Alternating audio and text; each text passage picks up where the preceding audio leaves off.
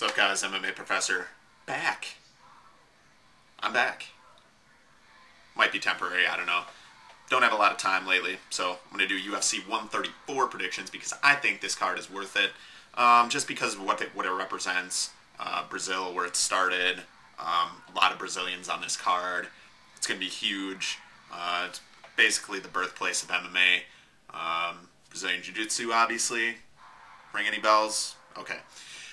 So I'm going to go over real quick prelims and main card, trying to get this in one video. Not going to do my usual take 8 minutes to break down each fight, but I'll give you a good idea of who I think is going to win. Let's go to my phone here. First fight, Yves Jabouin against Ian Loveland. Yves Jabouin dropping down to 135. Ian Loveland gave Joseph Benavidez a hell of a fight in his debut with Zuffa. Was it in the WEC or was it in the UFC? I think it was a UFC fight. Yves Jabouin, flashy striker. He can land something on Ian Loveland, probably hurt him and finish him that way. I'm going to go with Ian Loveland in this. Better overall fighter, better wrestler for sure, better jiu-jitsu, tough guy, good striking as well. He can hold his own in pretty much every aspect of the game. I think he's the cleaner of the strikers. Jabouin is flashy, but he's not really all too technical, and Mark Hominick proved that by picking him apart on the feet. Ian Loveland, we'll go with a third round stoppage, submission. I think Yves Jabouin, his cardio has never been great, and the cut probably isn't going to help that as at all. Let's just put it that way. So Ian Loveland, probably outstriking him, taking him down, clinching at him, wearing him out, and Ian Loveland takes a third round submission or TKO. Second fight, Yuri Alcantara against Felipe Antares. We all know Yuri Alcantara. He's fought before under the Zuffa banner. Felipe Antares making his debut. I think pretty even matchup. You got to watch these guys coming out of Brazil, coming out of Jungle Fight, because they have a lot of wins against guys that don't mean anything whatsoever. And if you want a good breakdown or on guys that, because I don't have a lot of time to watch a lot of footage on guys, I've seen a little bit. Alcantara was fairly impressive to me. Pretty well-rounded. Both guys pretty well-rounded. But if you want good breakdowns of it, go watch EB Dub's videos, because that guy watches a lot of fights, and he knows a lot of fighters that not a lot of people know. So I'm going to go with Yuri Alcantara in this one. I think he has the experience, especially the experience on the big stage, and I think that's going to pay dividends. I think it's going to be a close fight, but I'm going to pick Yuri Alcantara by unanimous decision. Eric Silva against Luis Ramos. Good fight. Eric Silva was the 170 pound Jungle Fight champion, I believe. Got a couple guys coming over, former champions from that promotion, fighting on this card. So, I mean, this is a good fight to have in Brazil, first of all. And again, guys that, they're out there to prove their prospects. Eric Silva, the younger of the two, the more well-rounded of the two. I think he hits harder. And I think he's going to win this fight. I'm going to pick him by second round TKO. But I think it should be a good fight, and it'll show both guys' skill sets and see, kind of who belongs in the UFC, or who belongs at this level. And then the fight after that will obviously test that even further. So it's a good fight. I like it. Eric Silva, second round TKO. Rafael Assunção against Johnny Edouard. Yeah, I think that's how you pronounce it. I believe Johnny Edouard is pretty... The name sounds familiar. I didn't do a whole lot of research on this fight. I will say I think he's got a lot of fights. Let's just put it that way. So should be a good fight. I think Rafael Assunção is the better overall fighter. There's a reason why guys haven't been to this level before. Sometimes it's contract disputes and they don't really want to fight but a lot of times it's just they don't really have this skill set to compete at the highest level. And correct me if I'm wrong here, but Eduard is, actually, I'm just going to look it up because I don't want to, Eduardo. I knew it was Eduardo. MMA Junkie misspelled it. I knew it was Eduardo. MMA Junkie. They misspelled it. Yeah, he's 33 years old. A lot of fights, 25-8. Pretty well-rounded. A lot of submissions, a lot of TKOs. And, I mean, he's fought nobody that really jumps out at you. So, I mean, I think it's going to be a close fight. I think he's got the skill sets, and he's obviously a tough veteran. And Rafael Assunção, you know, he doesn't have as many fights. He's the younger of the two. I think he's got the better wrestling for sure. I think he can win in the clinch there. I think he can take him down. I don't think he's going to be able to finish him, but I definitely think he'll be able to win with the striking, win with the grappling, win pretty much every aspect of it, and take a unanimous decision. All right, what else we got here? David Mitchell against Paulo Thiago. Paulo Thiago's going to smash him, basically. Good news. They dropped this down to the prelims. That we will not be seeing it on Spike TV because, I mean, it would be a good showing for Paulo Thiago because he, coming into the UFC, has faced the toughest row of guys I guess you could ever fight. He just fought, tough, really well-rounded guys back to back, and he's held his own so far, and he's well-rounded. He's got power in his hands. He's good off his back, good jiu-jitsu overall, decent wrestling. David Mitchell is not going to be able to sub him off his back, so Thiago is basically going to smash him. Paulo Thiago, second round KO. Hurts him on the feet, finishes him on the ground. Spike TV card, Dan Miller against Usman Palhares is my upset special. A lot of people picking Palhares. Completely justified. Fantastic. I'm picking Dan Miller. Why? I don't know. It's my upset special. I'm allowed to do that. Dan Miller, unanimous decision. I think he's going to keep it on the feet. Usman Palhares, yeah, he'll probably die for legs. Dan Miller's prepared for that, probably most likely. Dan Miller's struggled with guys that can take him down, and stay on top of him. Usman Palhares isn't going to be able to do that. He's really, really hard to finish. Tough getting him in like a spot. I mean, mostly if you look at fights, going for submissions doesn't get you points. So unless Palhares actually gets a submission, I don't see him winning this fight. I'm going to pick Miller, keep it on the feet. He doesn't have great power at all. He's got pretty decent striking, not great, but better than Palhares for sure. Just uses boxing, no leg kicks really because he doesn't want to get taken down. He uses boxing. He's going to clinch him when he wants to. Kind of like Henderson, but it's going to kind of look like that fight, but Palhares has got a tough chin, so Dan Miller doesn't have the power to do it anyways. So Dan Miller, unanimous decision. I'm going to catch flack for that one. Spencer Fisher against Thiago Tavares. This would be a great fight.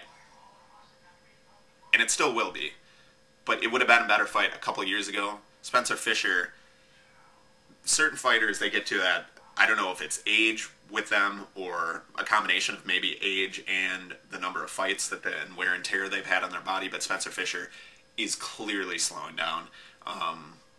You can tell just in his body, the way his body is, he's not as muscular anymore. Not that that really has anything to do with fighting, but you can tell he's just worn out. He's slower.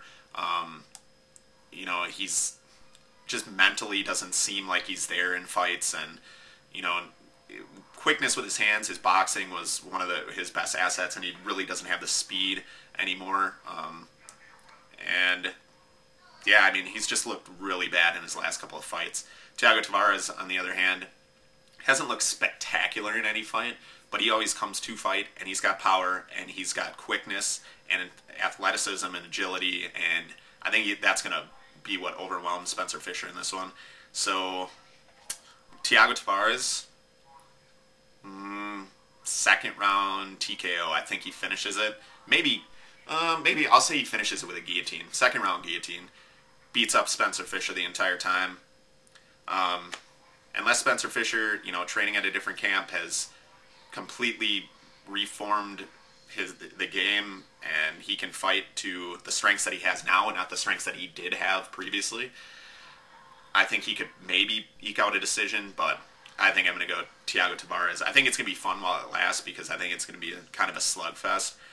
And that's the kind of fight you want on a Spike TV. Get people amped up about the pay-per-view. So Thiago Tavares, second round, guillotine choke. Main card, Luis Kane against Stanislav Nedkov. A lot of people picking Nedkov in this one. I guess the two losses against, better boxers and strikers in Diabate and Lil Nog kind of soured people on Luis Kane. Nedkov is basically a grappler. Split decision to Kevin Randleman. He's got a win over Travis View. I'm going to pick Luis Kane in this one. He's got more power in his hands. I think he's going to avoid the takedown. I think he's going to rough up Nedkov, and I think he's going to finish him. He's going to hurt him, and kind of like how he hurt Elliot Marshall and swarm on him and not let up. And I think he's going to be a referee stoppage, and that's what I'm going to pick. Early second, mid-second round, TKO. A lot of second-rounders in this one. But I see a lot of finishes. But there you go, Luis Kane, second-round TKO. Can Nedkov win it by taking him down? Yeah, I guess we'll see how Luis Kane is off his back, if he can get taken down, or how good his takedown defense is. Edson Barboza against Ross Pearson. Sorry, but this is a horrible, horrible matchup for Ross Pearson. Barboza's a freaking killer on the feet.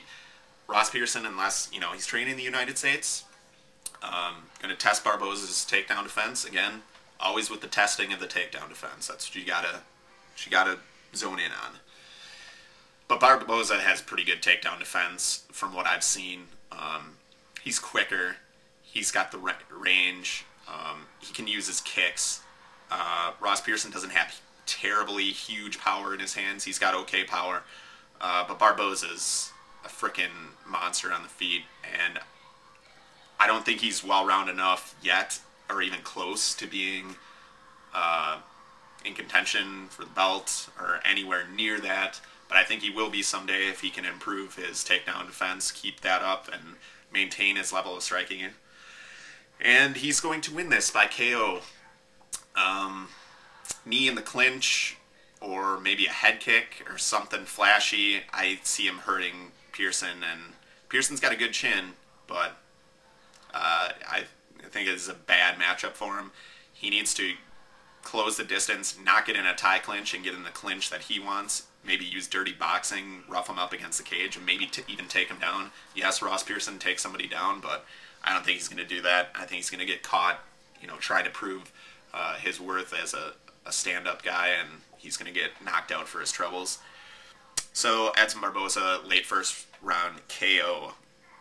Antonio Rodrigo Minotauro Nogueira against Brendan Schaub. The amount of people on ShareDog and everybody else who think Schaub has no chance in this, dude, how long of a layoff is Nogueira coming off? How crappy has he looked lately? He's coming off an injury, and the amount of damage he's taken over the years. Brendan Schaub by TKO. I'm sorry. I just, does Nog have a chance? Can he catch it? Can he get beat up for a couple rounds and then miraculously pull off a sub like he did in Pride? Probably. Yeah, obviously he can do it. Brendan Schaub is too young, hits too hard, has too good a takedown defense. I don't see how Nog wins this fight. Pulling guard, I guess. I don't think he's going to be able to, technically his boxing is okay, or at least should be, but has it been great lately? What's his biggest win? Over Randy Couture, 47? Brandon Schaub hits harder. It's a completely different fight. Brandon Schaub by TKO. And I'm sorry to say that. And I'm breaking people's hearts there. And I could be.